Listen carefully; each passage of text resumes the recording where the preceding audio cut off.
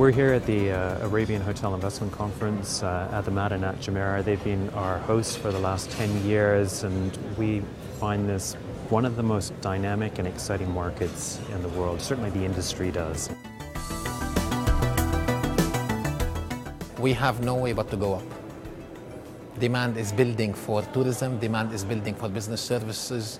The population is growing, and you can see around you there's a lot of optimism which builds up always a positive perception to invest in a country. There is an aggressive pipeline out there. Our data suggests there is roughly around 25,000 rooms. Some people indicate closer to 50. Whether it's 25 or 50,000, I think what the point of this is that there is going to be considerable increase in supply. Saudi Arabia, it's going through very exciting times. The overall economy is growing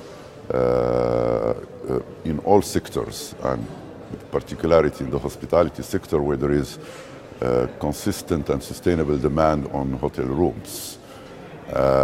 This demand is, of course, fueled by all the projects that are going on in Saudi Arabia, whether infrastructure or industrial.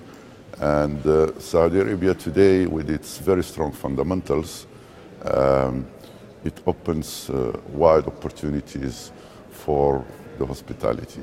10 years ago, they thought of having a metro, having a financial hub like King Abdullah Financial District. It wouldn't have been even a remote thought, no plan. Nowadays, this is all reality. The metro in Riyadh and Jeddah under construction. King Abdullah Financial District will be opening soon in the next year or so. So they are becoming a global city, a global country, in a sense that they're opening up the door to businesses, very much country-led. We just opened the Al Faisalia Rosewood, and it's the first five-star ladies spa in Saudi, and it's completely isolated and contained, which is as it should be for the culture. So the trends are similar to the worldwide trends. Groups of ladies in particular we see locally, they like to come and spend time in the spas, and often you'll get 3 generations together, couples on vacation. So from a design perspective and from, if you like, respecting the cultural differences of each country, I think operators have to be very aware and very knowledgeable about that. It's easy to make mistakes otherwise.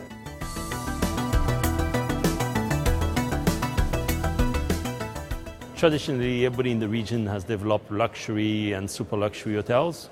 And currently, when you look at the hotel stock as a whole in the region, only 22% of the hotel rooms are in the economy mid-scale hotel sector.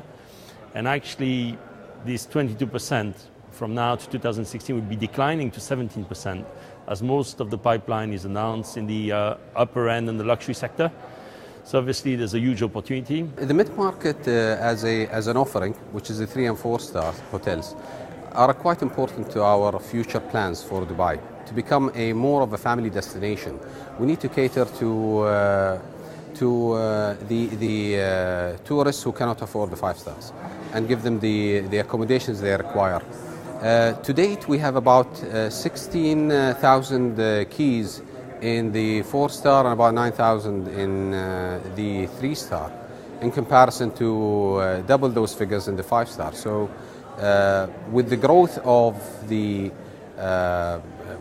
of tourism and tourists coming into Dubai, we need to ensure that the supply of such keys goes along with it, so we can keep Dubai as an affordable destination for everybody.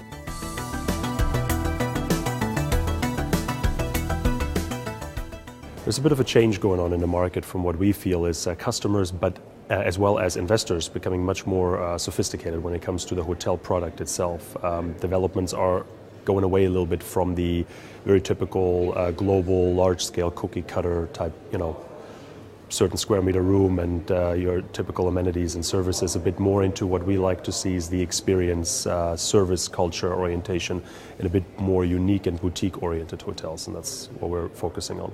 One of our major projects right now being a three-branded complex on Sheikh Zayed Road will actually be home to one of a Las Vegas-style show of Franco Dragon, who will have a permanent theater there with his show, adding to what we believe is a blind spot at the moment in the landscape of what is on offer in Dubai, in terms of big show entertainment, mainly catering to visitors and tourists that are coming to this location. Medium term, our industry is facing a couple of very aggressive disruptors, Airbnb in particular. And we are probably a bit sleepy in terms of how we're reacting to it. Because if you look at the hospitality equation, the two things are certain now is the internet booking and the bricks where the guest stays. All the rest of it in the middle is actually possible to change. The age-old model which has been in place may not be there in the same form in 5 to 10 years.